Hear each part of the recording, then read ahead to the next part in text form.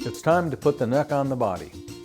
Before gluing the neck, decide if you're going to use a natural finish or a stain. If it's a stain, you want to stain the neck and the body separately before you put them together.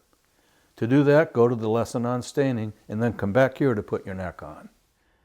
I'll put glue here, glue on all the holes where the dowels are going to go, glue on the dowels, glue on the cheeks, glue here, glue on the fretboard, glue here, and then I will quickly put it together. I'm not going to worry about this glue squeezing out right now because I'm more concerned with clamping. See, I've got a clamp. I'm going to clamp down that fingerboard onto the body and a little piece of plywood that's the same shape but a little smaller than the fingerboard, and I'm going to come in with the clamp. Now, I don't want to crush this little brace here. You can do it. I have done it. You can put a clamp like this right on that shoulder brace. But instead, I made this little caul of 2 strips of wood and a piece of plywood super glued together, and they fit right over that brace, and press on the top.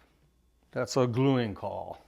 When I use it, I'm going to put a piece of masking tape on it, rolled up inside out so it sticks to the top and doesn't drop off while I'm fumbling around with my clamps.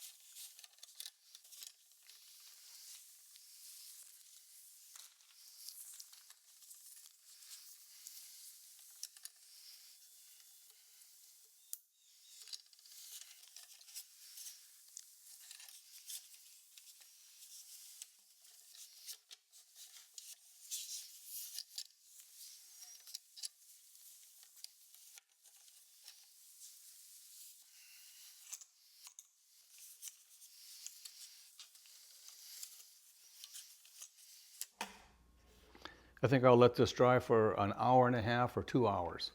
There's a lot of glue in there.